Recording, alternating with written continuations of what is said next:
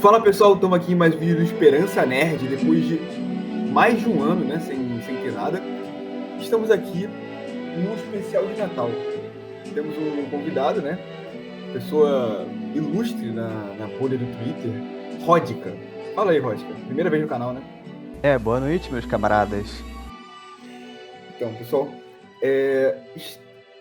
hoje no vídeo nós finalmente resolveremos a questão que todo ano é colocada no Twitter, é colocada no Instagram, em Facebook. Professores esquerdistas falam, pagãos falam, tiktokers falam, todo mundo fala isso. Todo dezembro é a mesma coisa. O Natal é pagão ou não é? E vamos abordar todos os argumentos que são utilizados por pagãos, esquerdistas, enfim, toda essa gente. Vamos avaliar todos os argumentos que eles usam para dizer que o Natal é pagão e refutá-los, né? Não eu, né? O especialista no assunto, que é o Rodker. O primeiro argumento, que é o mais utilizado de todos, é que o Natal foi inspirado na Saturnália. Que a data do advento foi inspirado que tinha a celebração do inverno, que era pagã, e a Igreja Católica atribuiu isso para converter pessoas ao catolicismo, converter os pagãos, enfim. O que você tem a dizer sobre isso, Rodker? A igreja realmente assimilou algumas festas pagãs, mas não se vale pro todo. A gente tem que estudar uma parte, cada caso é um caso, a gente tem que estudar um elo e uma continuação.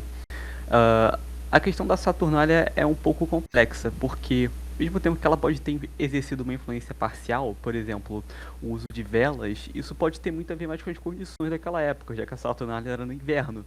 Então, tipo assim, obviamente as pessoas vão usar de maior iluminação, tudo mais longo.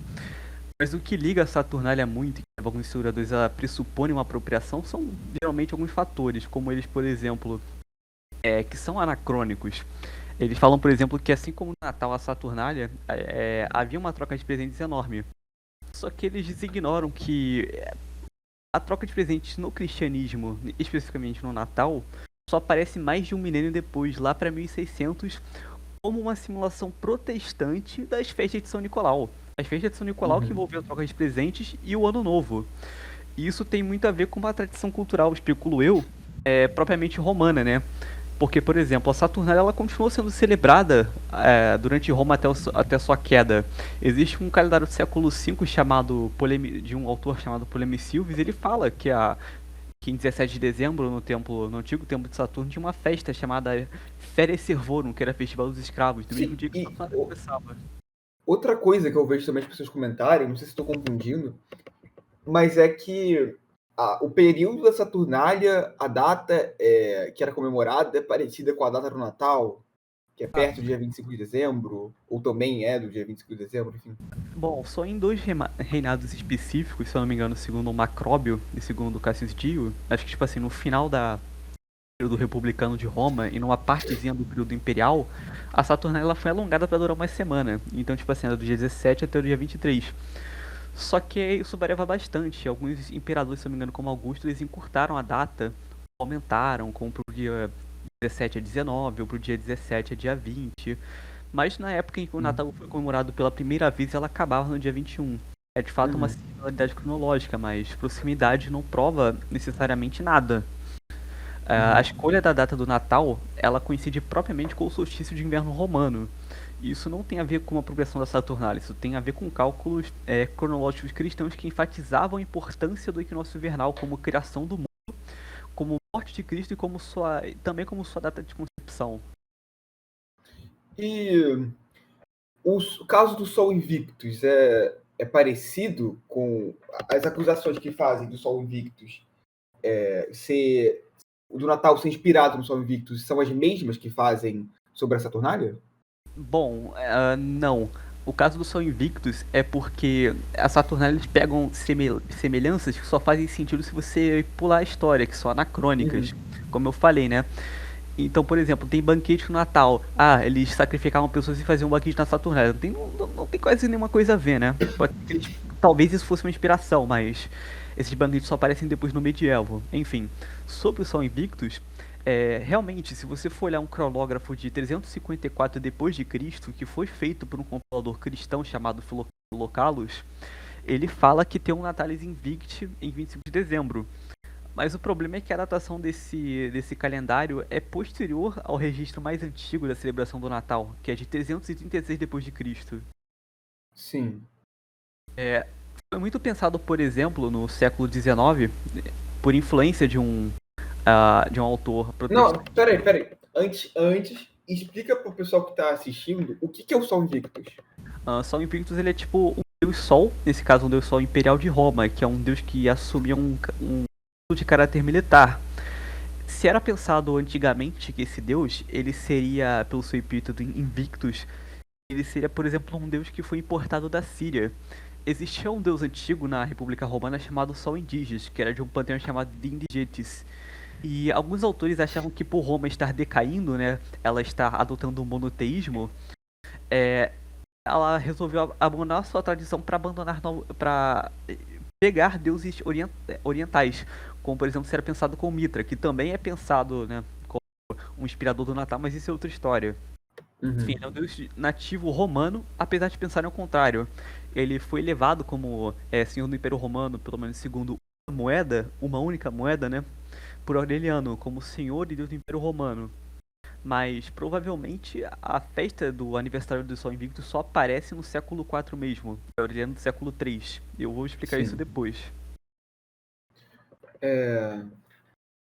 Uma acusação também que o pessoal sempre faz. A dos presentes você já falou, né? Que veio de uma tradição protestante, inspirada em São Nicolau, enfim.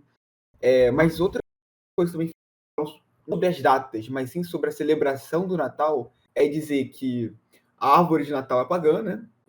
Porque os pagãos ficavam em florestas, não tinham templos, enfim, seria pagão por conta disso. E uma acusação, né? Que as bolas de Natal seriam testículos de crianças, né? Ah, eu vi esse vídeo. Dança de estação, olha só que gracinha. Né? O Bendito do Pinheiro, né?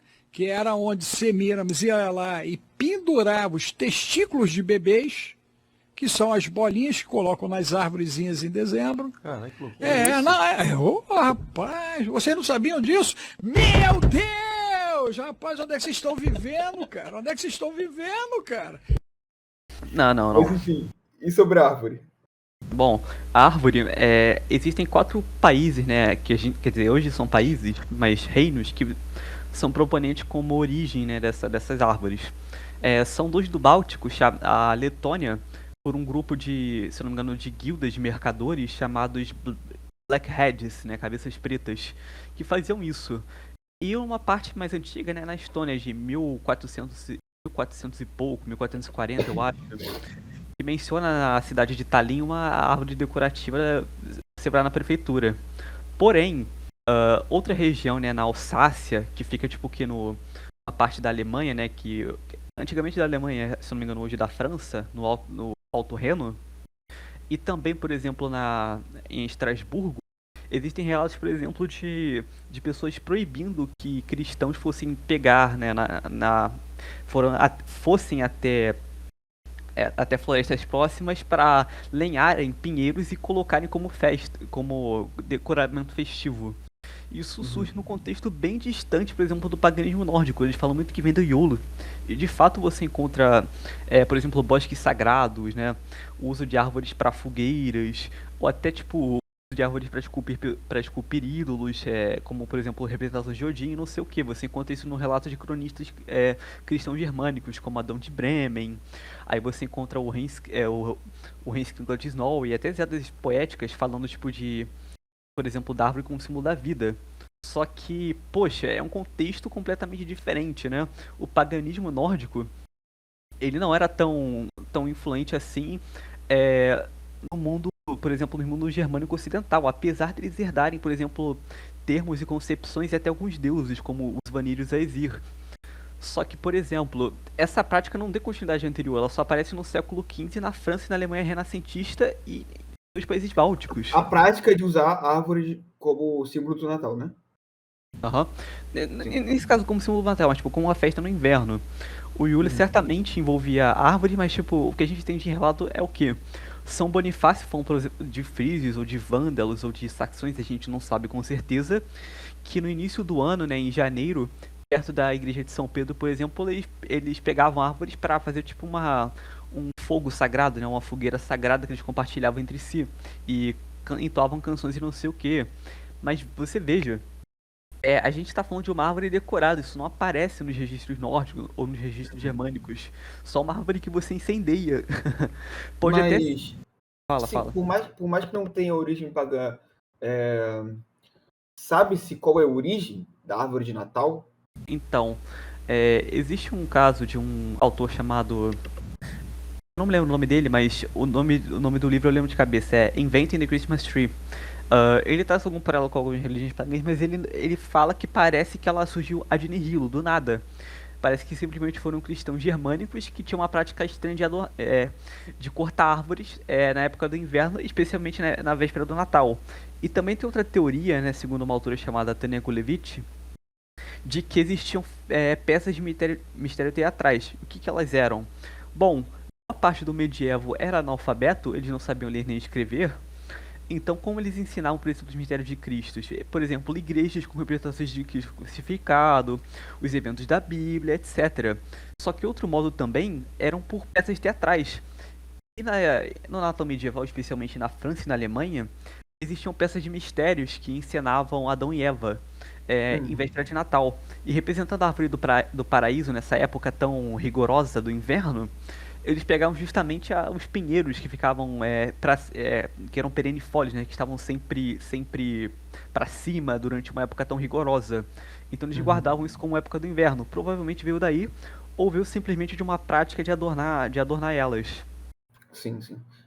Parece a segunda opção ser mais crível, né? Porque acho difícil, né? Associar uma árvore na peça de Adão e Eva com um símbolo no Natal, enfim, são coisas diferentes.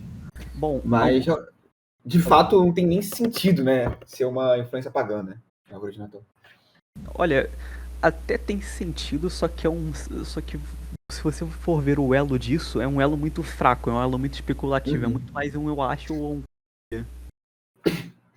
Sim, sim. Ok, sobre as decorações. Você vai falar de decorações, né? Sobre as bolas. Uma das fontes que eu mencionei, né, de Estrasburgo, por exemplo, e de Baden, da Alsácia, que eram regiões germânicas, elas falam que, nesse caso, tipo, a mais antiga é antes da reforma. A outra que eu tenho em mente, que eu vou citar depois, eu não vou citar porque é um nome alemão, mas eu posso citar, por exemplo, nos comentários, é uma que relata que luteranos alemães, eles, por exemplo, eles decoravam árvores perto, por exemplo, de confeitarias com frutos vermelhos e nozes, com castanhas e etc. Não existia realmente uma decoração com bolinhas. Isso é uma decoração que surge depois na Inglaterra, ou no período eduardiano ou no período vitoriano, porque luteranos que espalharam essa tradição, e a princípio alguns católicos eles tinham até receio de usar essa árvore por ser símbolo protestante. Eles prezavam muito do presépio, apesar da árvore ser de fato provavelmente uma origem de tradição católica. Mas como a Alemanha virou protestante, teve tais associações, obviamente. Enfim. O fato é, com o advento do capitalismo e principalmente da sociedade industrial, e com a popularização britânica, é que a árvore de Natal passou a ter bolinhas, né? Eles falam, por exemplo, muito de que vem de um deus chamado Nimrod, de Tammuz, ou de Semiramis. Isso vem de uma mentira do século XIX de um autor, de um presbiteriano maluco chamado Alexander Hislop. E o que ele fazia? Ele criava, né? Ele não falsificava, mas distorcia documentos, por exemplo, babilônicos ou relatos historiográficos para falar que a Igreja Católica ela praticamente se contra o V da Babilônia pagã. Ela praticamente o quê? Ele praticamente distorcia fontes, tipo sumérios antigos, gravuras, ou então documentos antigos, tipo, por exemplo, de Sócrates, o Escolástico, para falar que, por exemplo, a Roma ela só copiou o paganismo e que a Roma é uma continuação da babilônica, não só no sentido tipológico, né, tipo como opressora, mas mesmo literal, como se ela copiasse os festivais da Babilônia antiga e transfigurasse hoje. E foi um presbiteriano fazendo isso para atacar a Igreja Católica. E hoje em dia, o pagão, para atacar o cristianismo, fala isso. Nossa, é bizarro, cara, bizarro. O pagão, ele, geralmente, ele cita o Iulo, só que o Iulo, por exemplo, ele não era nem de longe na mesma data. Tipo, Ok, houve alguma assimilação cultural? Houve. Só que ela foi muito tardia, muito depois do Natal já estar estabelecido como Qual a festa. assimilação? Por exemplo, a gente hoje tem uma crença de fantasmas de Natal, não é? Uhum. E se eu te contar que já existia, por exemplo, durante a cristianização da Escandinávia, lendas de fantasmas, não em Natal, mas em época de Yule. Na saga Grettir, por exemplo, ela fala que, obviamente, foi enfrentado por um chamado Grettir, que um pastor pagão nórdico, em época de Yule, que seria tipo perto do Natal, um homem que teria rejeitado o cristianismo teria ido passar o seu Yule no meio de uma colina e nunca mais voltou de lá. Quando ele voltou, seria como um Draug, que seria tipo um morto-vivo, que hoje a gente chama de Revenant. E que ele voltou pra assombrar. Ele até foi derrotado pelo cavaleiro da saga, né, o Grettir, o Gretis, só que ele acabou sendo atormentado por toda a vida por esse Draug. Então, assim, parte do folclore do Natal pode ter origens no Yule nórdico ou na mitologia nórdica. Sim, mas aí é forçar a dizer que o catolicismo assimilou o Yule. Não, foram crenças, né? É, Assim, folclore, crença popular, é. superstição, enfim. Outra coisa que tem um elo, por exemplo, entre o Natal e o Yule seria, por exemplo, a prática do sonho de Natal, que tem no centro-norte da Europa. E tem raízes no Svargoltr, que era uma prática do Yule de abater javalis em honra ao Odin e depois comer a carne desse javali assada. Uhum. Enfim, por exemplo, Pode comentar. agora tem uma associação que é mais um pouco mais estranha sobre Yule, é que, por exemplo, os ingleses antigos, eles chamavam os meses de né, anglo-saxões que equivalem a janeiro e dezembro de Juli. Segundo o B desse Juli era por causa da época em que o sol ele começa a retornar. Só que o Beda ele não menciona uma festa, né, de Yule, ele só menciona meses. O problema é que só aparece depois, séculos depois, uma associação de Yule como um festival. É quando os normandos invadem a Inglaterra. São vikings nesse caso, né, que vieram da região da Escandinávia. Esses normandos eles se converteram ao cristianismo e antigamente os ingleses chamavam, por exemplo, o Natal de Midwinter's Dag Dag, que é tipo assim, Midwinter é tipo Midwinter, que é tipo meio do inverno, mas é missa e Dag é tipo dia, então tipo assim, é o dia da missa do meio do inverno, já que o meio do inverno era o solstício de inverno pra eles, que era o Natal. Aí eles falam que, por exemplo, ou de Christmas, né, que é o atual Christmas, as missas de Cristo, ou as massas de Cristo, dependendo da tradução. Só por causa dos normandos, eles passaram a chamar o Natal de Yule. E se você for ler, por exemplo, o conto de Sir Gawain e o Cavaleiro Verde, ele começa com uma celebração, por exemplo, de Yule. Só que não tá claro pela época, né? Tipo, eles falam que é a época de Yuletide, mas não tá claro que se é uma festa de Natal, uma festa de Ano Novo, uma festa de Epifania. Porque o Yuletide seria tipo uma época que englobava esse período de 12 dias, Natal, Ano Novo e Epifania. Ele menciona, por exemplo, troca de presentes, só que aparentemente, por exemplo, nos anos novos medievais, a troca de presentes era mais comum nos anos novos, não na época de Natal. Então não dá pra saber qual que era a data específica. O Yule ele tinha uma variação, né? E acontecia que um rei, chamado Hakon I na Noruega, no século X, ele ordenou que o Yule fosse celebrado na mesma época que o povo cristão. E segundo Snorri Sturluson, que é o que relata esse feito, ele fala que o Yule ocorria numa lua cheia de Rokunoth e era guardado por 3 noites. Esse Rokunoth a gente não sabe exatamente o que ele é, mas falam que ele equivale, né, a um Midwinter, que também seria um meio do inverno. Só que o meio do inverno não seria o mesmo meio do inverno, o ponto médio do inverno para os anglo-saxões. Os anglo-saxões eles têm uma influência do calendário solar romano, os nórdicos não, eles são um calendário lunisolar, que prioriza as luas cheias. Ele falava que esse Rokunoth, nesse caso, esse meio do inverno, essa noite do meio do inverno, ela poderia tomar lugar, por exemplo, em janeiro. Dietmar de Merseburgo, que é um cronista cristão, se não me engano, do século XII, do século XI, ele fala que ele ouviu histórias sobre Leger, que fica na Dinamarca. A cada 9 anos eles tinham 99 sacrifícios, e que esses 99 sacrifícios aconteciam depois da Epifania, que era no dia de 6 de janeiro. Provavelmente esses sacrifícios eram época de Yule, porque, por exemplo, as datas se alinham.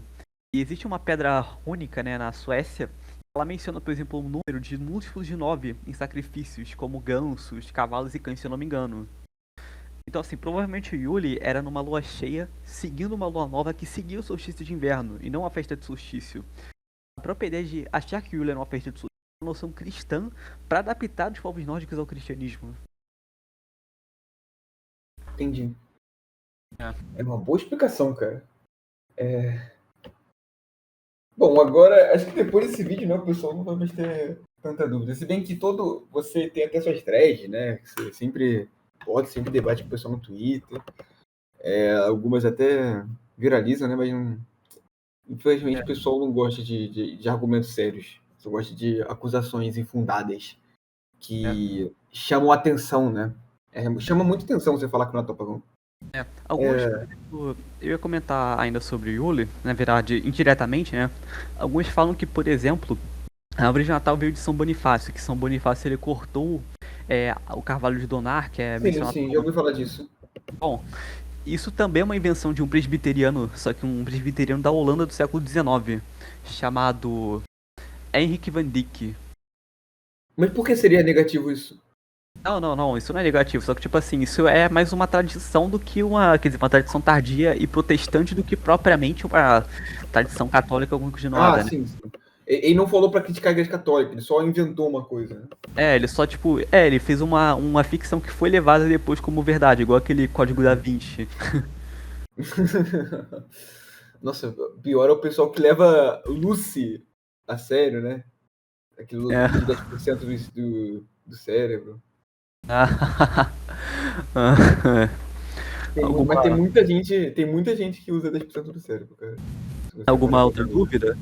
Alguma outra dúvida? Sim. Uma associação que também é feita, né, na época do Natal, mas que o pessoal também associa, sempre tem esse tipo de imagem. Que Cristo foi inspirado em vários deuses, foi inspirado em Deus Mitra, foi inspirado em Horus, foi inspirado em Krishna, em Dionísio. Que toda a história do cristianismo, que Jesus nasceu de uma virgem, é copiada, que tem a imagem lá do... Quando o Mitra vai pedir os direitos autorais para Jesus, pela data, enfim. Enfim, você quer que eu comece por algum deus específico? Pelo Mitra. Você tem vários trabalhos sobre o Mitra aí. Então, eles têm em mente geralmente o Mitra romano, né? Só que tipo, eles confundem, então tipo, eles não sabem trabalhar com o conceito de identidade, porque existem 3 variantes do Mitra, né? O Mitra persa, o Mitra zoroastrista, o Mitra hindu e o Mitra romano. E muito se é pensado que o Mitra romano, né? Que o Mitra romano é só uma continuação do Mitra persa, só que com uma roupagem romana. Isso é mentira. Por exemplo, eles falam que Mitra nasceu em 25 de dezembro, de uma virgem, que ele tinha uma refeição comunitária e não sei o que. Isso é praticamente parte. Mitra, por exemplo, no zoroastrismo persa, ele foi fundado, acho que quase que ad nihilo, ou do próprio Ahriman, que é do seu pai Ahura Mazda, que é inimigo de Ahriman, ou que ele foi gerado por uma divindade associada à água, que seria Anahita ou Anaíta. O Mitra romano, contudo, ele aparece, juro, sem exceções, saindo de uma pedra, tanto que ele é chamado de Mitras Petrogênitos. E a pedra que ele saiu se chama Petra Genetrix, ou Pedra Mitra romano. Sim, o Mitra romano. O culto a Mitra romano ele se centra muito, por exemplo, um paralelo que a gente tem, né? É um paralelo, não é similaridade não, tá? Por exemplo, as igrejas cristãs católicas e algumas protestantes clássicas, elas se centram muito na imagem do Cristo crucificado, não é? Sim. Porque essa é a cena de salvação principal do cristianismo, não é? É o fundamento da fé.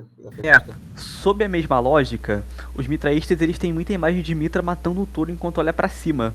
Isso tem a ver com a tauroctonia, que é o ato soterológico principal de Mitra, né? Como se fosse a crucifixão deles. Como se fosse, mas tipo assim, no nosso caso é um deus que se sacrificou, nesse caso é Mitra sacrificando um touro para ele garantir a vida da terra. Mas isso eu não vou discutir agora, né? Eu tenho que discutir isso ainda, mas enfim. A ideia de que Mitra ele teve um nascimento, por exemplo, em 25 de dezembro é uma completa mentira. que existe é que um calendário de 354 depois de Cristo, chamado calendário de Filocalo, já menciona a passagem de Natalis Invicti em 25 de dezembro.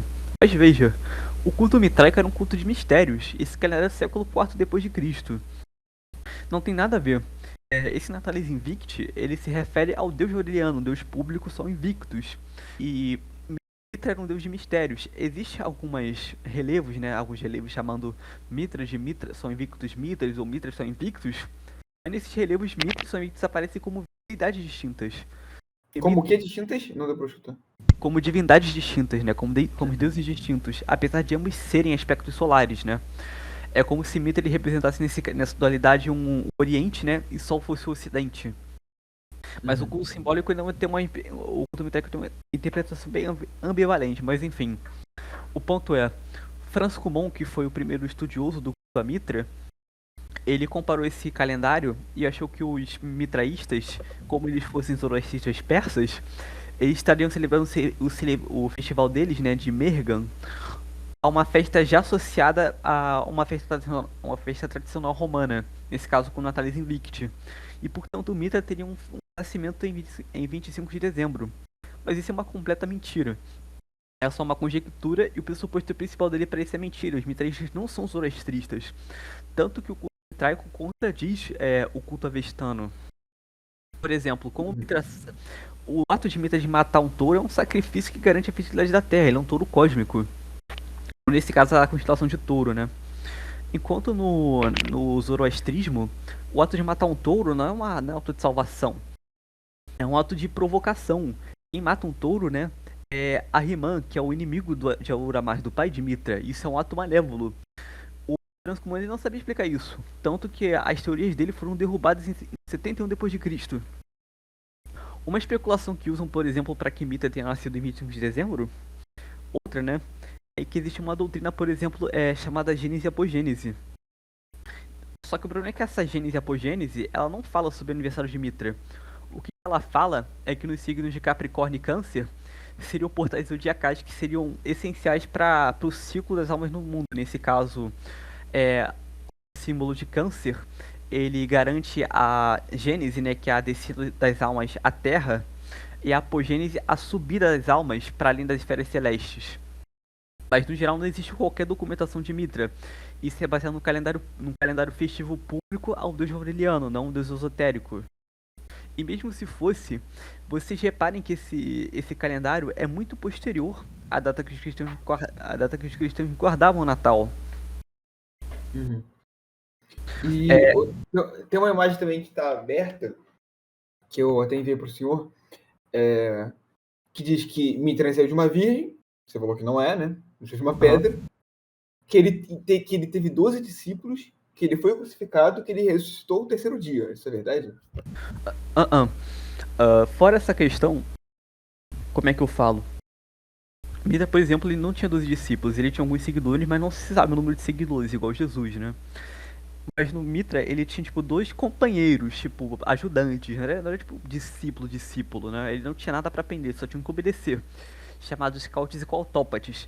Cautes e Qualtópates são tipo paredrói, nesse caso, são tipo deuses tutelares. O objetivo deles é sempre acompanhar Mitra. Quando Mitra nasce de uma pedra, eles estão segurando tochas de madeiras invertidas. E Qualtópates e Cautes, eles representariam como se fossem dualidades.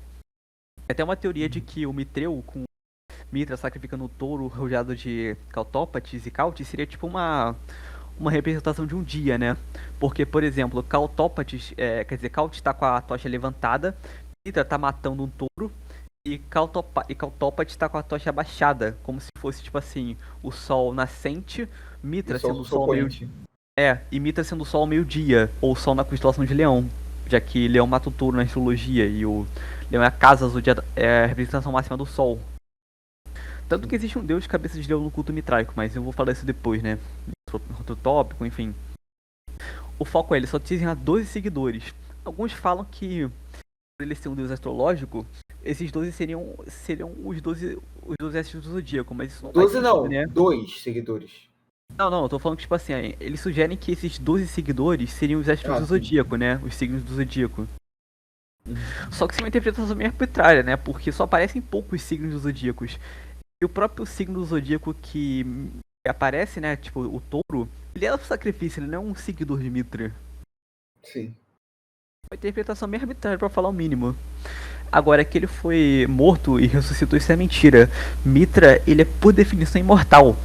Ele é o deus que garante justamente esses portais que nos levam à imortalidade. Ele é um deus saturniano e solar ao mesmo tempo. Ele não é um deus mortal. Pelo contrário, ele nunca morreu.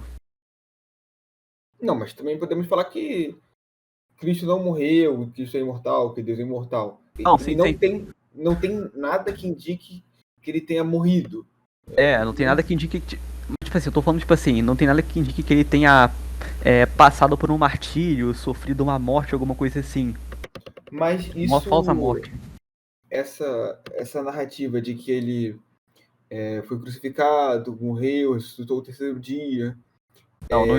tem tem algum historiador que fala sobre isso? Alguém que comenta sobre isso? Ou foi completamente inventado por quem faz esse tipo de imagem? Bom, isso vem de um documentário chamado Zeitgeist. E o Zeitgeist, por sua vez, se inspirou muito numa autora que falou isso, chamada Dorothy Murray Murdoch, ou Akaya S, não sei pronunciar o nome dela. Acho que ela se de Murdoch. A Murdoch, ela fez um sociebook todo propondo algumas teorias meio estranhas de que as pirâmides egípcias eram supercomputadores, de que Jesus era um pigmeu, só que ao mesmo tempo que ele era um pigmeu, ele seria tipo uma amálgama de deuses solares. Então o cristianismo é nada mais que um culto solar, um culto astroteológico ao sol bem disfarçado. Aí ela compara isso, por exemplo, com Mithras e com Horus. Então, essa mentira veio dela. Mas isso Sim. dela ter citado que ele ressuscitou, que ele morreu crucificado, ressuscitou o terceiro dia, ela cita alguma fonte, algo, ou ela só inventa? Não, nessa parte ela inventa, mas ela cita alguns autores anteriores a ela, só que ela distorce eles. Um autor, Sim. por exemplo, bem pouco conhecido, né? Foi um chamado Martin Vermasseren. O Martin Vermasseren foi aluno do Francis Cumon. E, por exemplo, ele fala no livro dele, Mithras the Secret God, que existe um paralelo interessante entre a história de Mitra e a história de Moisés, porque Mitra tem um milagre em que ele atira uma flecha numa pedra e nessa pedra jorra água. Isso tem um paralelo com quando Moisés, se não me engano, em Êxodo e Números, ele dá água aos seus seguidores para beberem batendo com um cajado em uma pedra. É claro que o mitrismo ele é muito posterior. Então, tipo assim, se houve alguma cópia, não foi do porra dos judeus do mitraísmo, porque não existia mitraísmo. Sim, foi o contrário. É. Enfim. Não tem nada a ver, não tem nadíssima a ver. Bom, eu queria falar uma coisa que uma boa parte da ortodoxia cristã, embora ela tivesse divergências quanto às datas especificamente, mas, por exemplo, alguns, até heresiarcas, eles põem o nascimento de Cristo no inverno já no finalzinho do século II. Basílides, por exemplo, que era um autor gnóstico, ele não ligava para o nascimento de Jesus, mas ele ligava, por exemplo, para o batismo dele. Ele acreditava que Cristo não era divino em sua essência, que o Cristo divino habitou Jesus quando ele foi batizado por São João. Então, por exemplo, ele usava muito como é que eu falo? Da data do batismo, que para ele era em Tibe, e Tibe seria tipo em janeiro. Nesse caso, em 6 ou 10 de janeiro, mas preferivelmente o 6. Para enfatizar essa dissociação da carne, né? Que o Cristo divino era uma pessoa e Jesus era outra. Aí tinha, por exemplo, os maniqueus que acreditavam que Jesus já viu homem e apareceu para os homens na Epifania. Já viu um homem adulto e não sei o que. Aí tem, por exemplo, se eu não me engano, os marcionitas. Os marcionitas falavam que 6 meses durante ou depois da destruição do templo teria nascido Jesus. A destruição do templo, ela se deu, por exemplo, entre o final de julho ou início de agosto. Já é no inverno. Então, tipo assim, seria em fevereiro, né? Por aí. Então, assim, existem vários tópicos até entre hereses e entre a ortodoxia de que Cristo ele teria nascido no inverno. Clemente de Alexandria, ele fala, por exemplo, que Jesus ele ter sido concebido no dia 25 de Pacon. Pacon equivaleria a maio ou julho. Só que o Não, problema mas olha só. fala. Não tá na Bíblia que Jesus nasceu 25 de dezembro, cara. Não tá na Bíblia. Nossa, eu me recordo de um vídeo ridículo. Um vídeo não, era um post no Twitter que viralizou no passado. Era a foto que o cara tinha botado, assim, e tava com a legenda. Disse para minha mãe que Jesus não nasceu 25 de dezembro e que essas datas são inspiradas em datas pagãs. E agora ela está até agora procurando na Bíblia. Nossa, que coisa ridícula. Era a foto da mãe do cara que postou isso, olhando na Bíblia, procurando a data. Era um vídeo, eu vi isso. Enfim, esse é um argumento de burro, porque assim, a discussão historiográfica, a maioria das pessoas que sustentam uma origem cristã pro Natal, elas não falam que isso foi baseado na Bíblia, pelo contrário. Elas falam que a Bíblia não é clara sobre quando ele nasceu, e que por isso cristãos dos séculos 2 e 3 se empenharam em fazer cálculos datando a vida de Jesus. Hipólito de Roma, por exemplo, fala que Jesus ele teve seu advento na carne em 25 de dezembro e que morreu em 25 de março. Alguns falam que esse texto é interpolado, só que eu tenho minhas dúvidas, porque ele vai de acordo muito com o texto que o próprio Hipólito escreveu no final da vida, que ele põe, por exemplo, o nascimento de Jesus cerca de 5.502 anos e 9 meses depois da criação do mundo. Só que a criação do mundo para outros cronólogos, como Júlio Africano, de Cartago, eles põem a criação do mundo em 25 de março, né? O equinócio vernal. Então, assim, provavelmente essa data, ela vem de cálculos posteriores de cristãos do Império Romano Ocidental. Existia muito, por exemplo, na Páscoa, né? Uma controvérsia chamada quartodecimanismo. E o que era o quartodecimanismo, Arthur? Você sabe o que era? Não. Era quando os cristãos eles não sabiam quando celebrar a Páscoa. Haviam cristãos que queriam celebrar, por exemplo, na Ásia Menor, a Páscoa seguindo o 14 de Nisan, o calendário judaico da festa dos pães asmos, que é a véspera da Páscoa judaica. Só que a ortodoxia cristã acreditava que ela deveria cair, independentemente do dia, em um domingo. Isso foi solucionado no primeiro concílio de Nicéia, claro, né? Uma Páscoa sendo observada com no primeiro domingo, a lua cheia que segue o equinócio vernal. Mas enfim, antes disso, né, nesse intermédio todo, existiam quartodecimanos e cristãos chamados quartodecimanos solares, ou seja, eles acreditavam muito que o 25 de março ele seria um equivalente juliano, né, um equivalente romano da festa dos pães asmos, do 14 de Nissan. Então eles só celebravam, por exemplo, a Páscoa em 14 de Nissan, que era o dia que Jesus morreu. Hipólito não era um quartodecimano solar, mas ele teve uma certa influência, ele acreditava realmente que Jesus morreu nesse dia. O Pseudo-Cipriano de Cartago, embora ele fale que, por exemplo, ele adotou uma simbologia solar própria, falando que o mundo foi criado em 25 de março. Só que, se eu não me engano, o terceiro dia depois da criação do mundo foi criado o Sol, o livro de Gênesis. Então, ele nasceria para Pseudo-Cipriano em 20 de março. Então, tipo assim, há uma simbologia assim, até uma importância literal histórica do equinócio vernal no imaginário cristão, tem dessa solarização do calendário judaico, mas ela não é primariamente uma mera questão simbólica. Hipólito tentou tratar vários eventos da Bíblia a partir de Páscoas. Então, tipo assim, a escolha do dia 25 de dezembro como o nascimento de Jesus vem provavelmente diretamente da importância que os cristãos davam ao equinócio vernal. E não de um simbolismo solar. É claro que um simbolismo solar ele poderia embelezar aquilo, né? Tanto que Santo Agostinho ele fala, né? Por exemplo, depois, é bem legal que depois do nascimento de Cristo, o Sol ele começa a ter a ficar maior, né? A ter seus dias mais duradouros. Ele realça isso, por exemplo, falando que os cristãos em 25 de dezembro não deveriam adorar o Sol, mas a Cristo que criou o Sol. Agostinho fala isso, né, no seu sermão ao Natal, Epifania. Uhum. Outra coisa importante é que, de fato, existiam povos e culturas que celebravam o solstício de inverno e algumas que não necessariamente davam um ênfase enorme para isso. Isso é até um exagero, né? Por exemplo, os babilônicos, por exemplo, eles tinham um festival de ano novo que era tipo o Akitu, que era por volta do equinócio vernal. Só que o deus homenageado no Akitu não era um deus sol, tipo Shamash ou Tu, que era o deus sol mesopotâmico. Era um deus supremo, né, que foi exaltado na Babilônica chamado Marduk. Não tem nenhuma relação com ele propriamente dito. Aí o equinócio vernal para os romanos era o quê? Não era em honra ao deus sol, era em honra, por exemplo, a deusa Cibele, que era uma deusa da vegetação dos animais. solstício de verão para os romanos era dedicado à deusa da fortuna, a deusa Fortuna. Então, tipo assim, a própria ideia de uma simbologia solar, né? Festas solares em equinócio e solstício é uma ideia bem anacrônica. Ela só surge bem tardiamente mesmo, no século IV romano. O único povo que celebrava diretamente o solstício de inverno, assim, pelo que eu sei naquela região, né, de Roma, eram os egípcios. Plutarco, por exemplo, ele fala sobre Isis e Osíris. No solstício de inverno, os pagãos egípcios, eles pegavam uma imagem de Hélio, do Sol, né, de acordo com a tradução, botavam em um altar e colocavam uma vaca para rodear esse altar 7 vezes, e que isso era chamado de busca por Osíris. E que Harpócrates, uma versão infante, né, uma versão sincrética de Horus, que significa Horus a criança, ele nasceu por volta do 9º dia, né, do solstício de inverno, por Ísis. Só que as oferendas para comemorar o nascimento de Harpócrates não eram no solstício, eram por volta do equinócio invernal.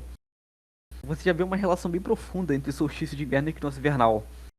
Pode ser porque um sucede o outro, eu não sei. Mas enfim, o fato é, os cristãos tinham uma motivação própria, independente de festas pagãs. E todas essas coincidências, por exemplo, que falam, bem estranho de colocarem na mesma época, né? Pelo que a gente cita, né, essas coincidências são muito anacrônicas, elas só surgem depois. Então é isso, né? Eu não nego que o Natal tenha absorvido alguns costumes pagãos, eu próprio citei alguns exemplos, mas muito do que se é dito é um exagero enorme da parte deles. Não, mas sim. Mas a maioria dos costumes que você falou são costumes atribuídos pela própria população. Crenças populares, comidas. E não provavelmente pela Igreja Católica, por datas, assim, coisas que realmente impactam na fé e na liturgia. A forma de cristianização de festas pagãs, ela surge um pouco depois do Natal, no século V, sugerida por Santo Agostinho de Hipona. Ele fala para trocar solenidades pagãs por solenidades a santos locais. Aí você Solenidades. solenidades a santos locais. Aí teve o rebatismo de templos. Teve o Papa Gregório, que incentivou a cristianização da Inglaterra, não me lembro qual era o nome do abade, mas para esse abade seria ele e um santo chamado Santo Agostinho de Cantuária. Ele fala, por exemplo, para não destruir templos e não fazer templos pagãos. Ele fala só para tirar o ídolo deles e trocar solenidades a santos e pegar festas e transformar essas festas em honras a santos. E como a Inglaterra, né, ela é britânica, a gente encontra um martirológio do século IX bem interessante chamado o Angus de Talat. O Angus de Talat, por exemplo, ele fala que no dia 27 de janeiro tinha uma deusa, quer dizer, tinha uma santa sereia batizada e tinha uma festa em honra a ela. Ela é chamada de Luban, mas ela tem outro nome que eu não me lembro agora, acho que é Murigen. Enfim, que significa Menina dos Mares. Então, tipo assim, tem isso, tem, por exemplo, a ressignificação dos postos celtas, e tem, por exemplo, no dia 1 de novembro, uma festa pagã chamada Samhain. O Angus de Talat, ele fala que esse Samhain celta, ele foi ocupado por uma festa em honra a 3 santos locais. Ele fala, Lonan, Colman e Cronan, no dia 1 de novembro, os seguidores, os anfitriões de Hilário e Hilário de Poitiers, outros celta, enobrecem um tempestuoso Samhain. Então, tipo assim, a forma cristã, né? Então, tipo assim, os cristãos eles não pegavam, tipo, grandes festas eles não mudavam a liturgia oficial deles, que vale pra todo mundo, pra festas importantes, pra agradar um povo específico. Não era assim. Eles pegavam festas locais e davam solenidade a santos locais nessas festas. Sim. Em alguns casos era o contrário, mas não era desse jeito. Por exemplo, os nórdicos, né? Eles tinham fogueiras em época de Zablot, se eu não me engano, ou em época de Sigrblot, que era no final da primavera, no início do verão. Alguns alemães alguns alemães, né, do sul da Alemanha, no solstício de verão, eles tinham fogueiras. Essas fogueiras foram assimiladas e passadas para Páscoa. Aí os natais nórdicos eles passaram a ser celebradas com as Páscoas nórdicas sendo celebradas com Páscoas. Mas vejam, costume local. Sim. Já existia no povo, né? Foi. Costume circular até, né? Não era algo solene. Que isso foi adaptado localmente, adaptado ao cristianismo. Não atribuído. Não foi uma.